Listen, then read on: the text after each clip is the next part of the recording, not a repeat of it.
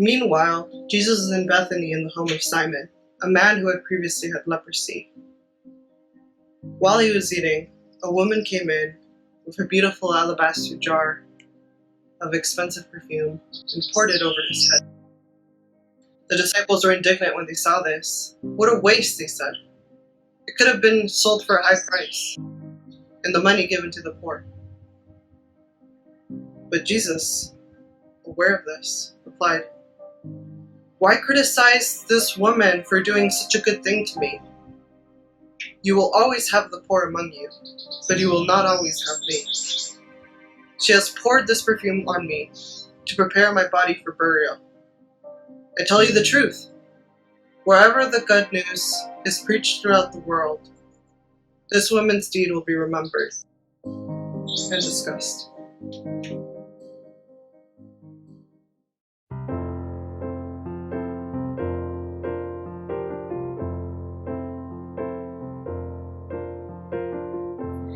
Day by day, day by day, oh dear Lord, three things I pray: to see Thee more clearly, love Thee more dearly, follow Thee more nearly, day by day.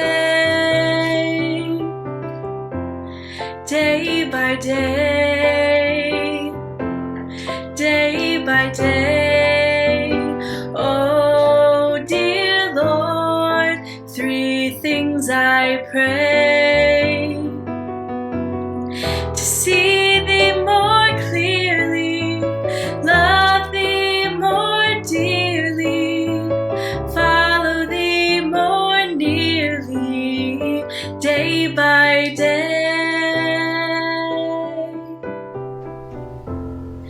Day by day, day by day, oh dear Lord, three things I pray: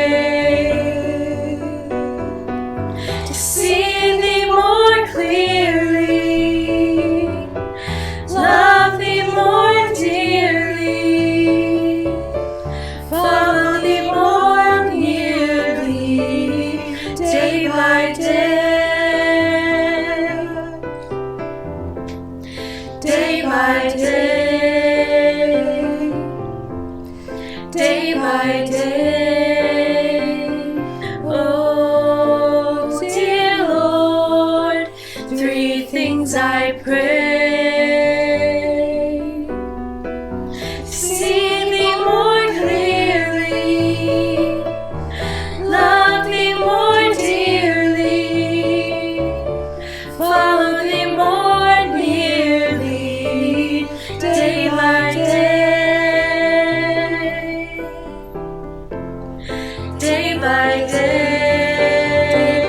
day by day, day by day, oh dear Lord, three things I pray: to see Thee more clearly, love Thee more dearly,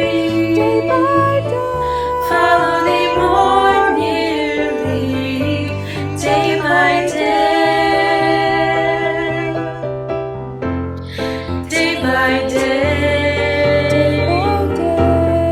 day by day, oh dear Lord, three things I pray: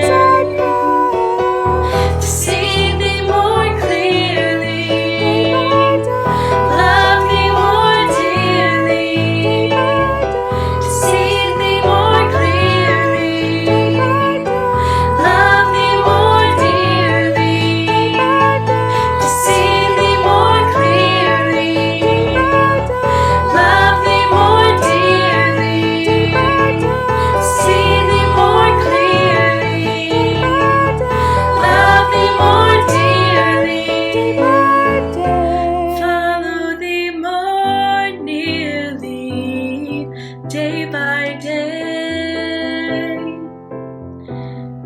day by day by day by day.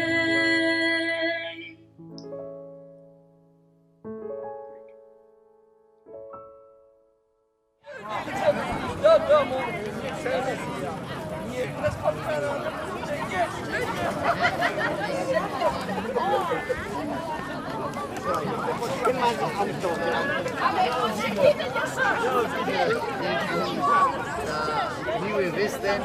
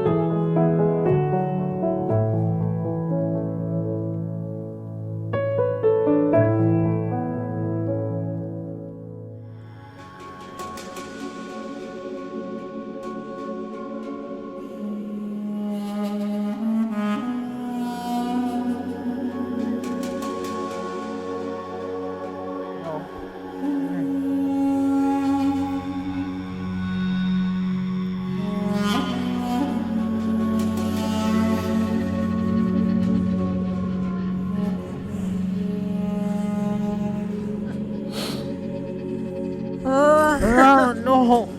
Fine! How much will you pay me to betray Jesus? 30 pieces of silver.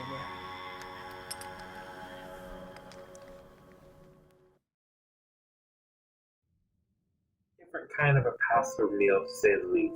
I remember right when I sat down, Philip leaned over to me and he whispers, "Hey Thomas, I feel like something special is going to happen tonight." I looked up at him and said, "I doubt it." I was wrong. Jesus got up from the table, he walked over, grabbed a basin of water and a towel. I remember at the time thinking to myself, what's Jesus doing with the foot water? I doubt he's going to wash somebody's feet. I was wrong. He knelt down and began to wash Bartholomew's feet. Bart just sat there, didn't say anything, he didn't move, none of us did. Jesus finished and went on to James and Andrew and the rest of us. I remember at the time thinking, this is so strange and yet so wonderful. I doubt anyone is going to say anything right now. I was wrong. You know who broke the silence? Peter. No way are you going to wash our feet. That's what I told him. He could wash other people's feet, but he wasn't going to wash mine. So I looked at him and I said, Jesus, you're not going to wash my feet. I mean, you're the king. And then he looked at me and he said, well, then you can't have anything to do with me. And I'm like, ouch. Okay, wash my feet, wash my hands, wash my head and my whole body if you have to. And he looked at me and he said, no, your feet will be just fine, Peter. In the midst of washing our feet, Jesus teaches us servanthood. Then Jesus took some bread and some wine. He blessed it, and he served it to us. He said it was a new covenant with his blood. And he said, tonight all of you will lose faith in me. I remember thinking right then, lose faith in you? Never. But I didn't say anything. I just sat there. I couldn't just sit there. I had to say something. So I looked at him and I said, Jesus, I love you. You can count on me. Everybody else may fall away, but I will not. You can count on me. He looked at me and he smiled and he said, Peter, you'll deny me 3 times before tomorrow morning. Ouch. The next thing I knew, we were wrapping things up and heading to the garden to pray.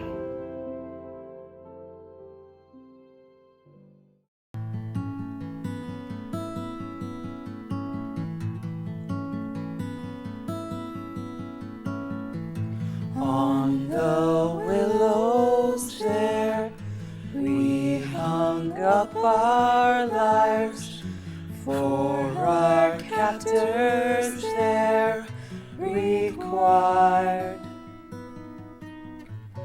of us. us songs, and our tormentors mirth.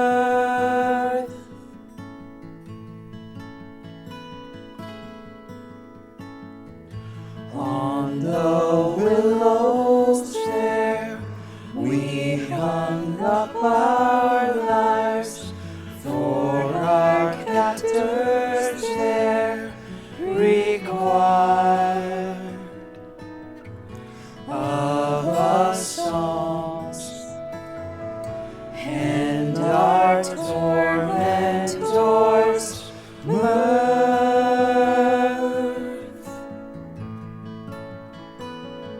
saying, sing us one of the songs of Zion, sing us one of the songs of Zion, sing us one of the songs of Zion. But how can we sing the Lord's song in a foreign land?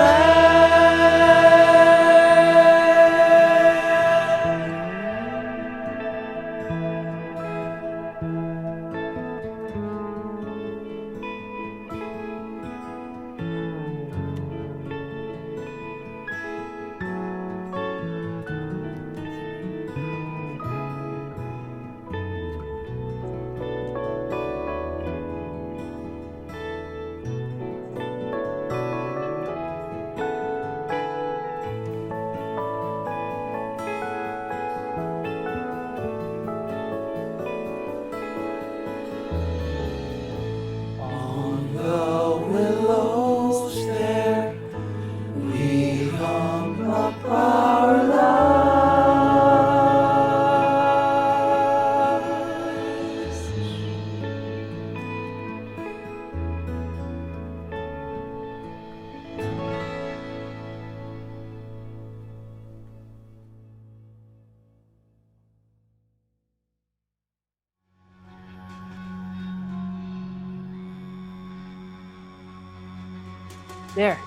There he is.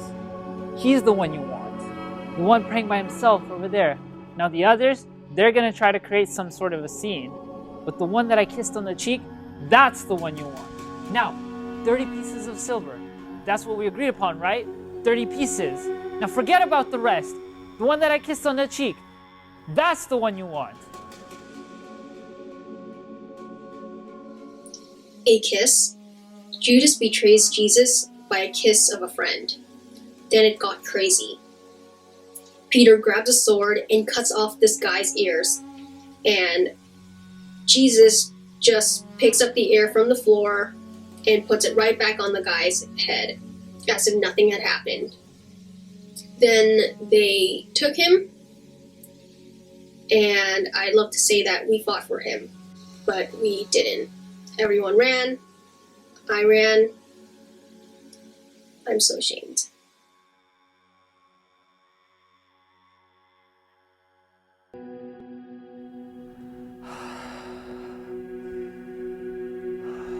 Was I so stupid to think? I've killed him. I've killed him. I've crucified Jesus.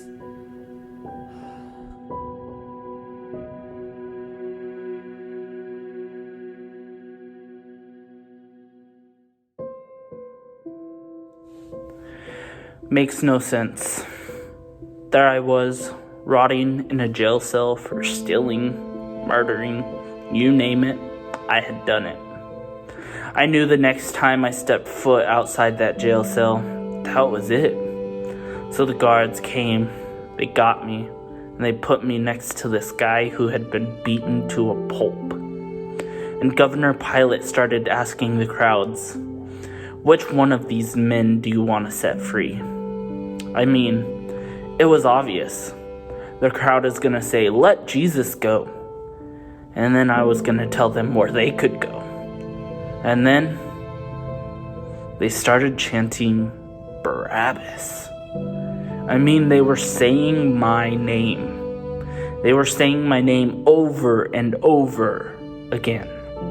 The guards shoved me into the crowds, and they took Jesus off to Golgotha. 1 minute, I'm a man marked for death, and then the next minute, I'm free. Made no sense. So I followed him all the way to Golgotha. I was stationed at Golgotha that day. We had raised the second criminal by the time they brought him to me. I never forget the way he looked. He had been beaten, spit on, whipped. He was unrecognizable as a man. What was left of his clothes were ripped off, and he was thrown down on the cross, and I went to work. Generally, when you crucify a man, the first hand is most difficult. The criminal wants to get away, and he fights you, so I would have 2 soldiers hold down on them.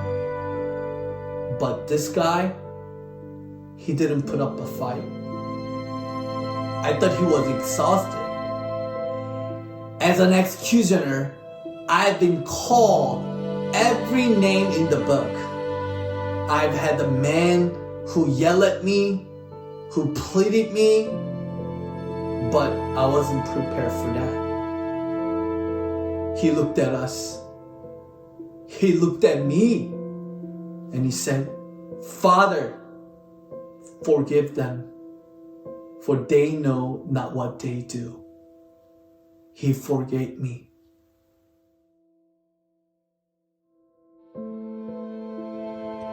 Forgive them, he said. Forgive them. Who is he? Forgive? It should have been me up there. I was the one who was supposed to be hanging on that cross. He took my place. Then I looked up, and I remember he took a deep, agonizing breath and said, "It is finished." Then he died. Surely this man was the Son of God.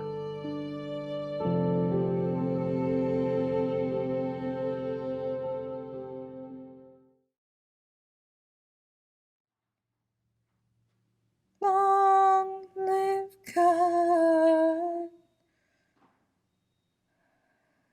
Long live God.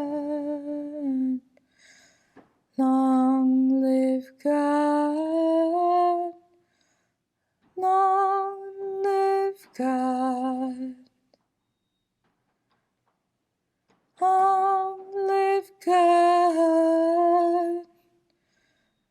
Long live God. Long live God. Long live God. Long live God. Long live God. Long live God. Long live God.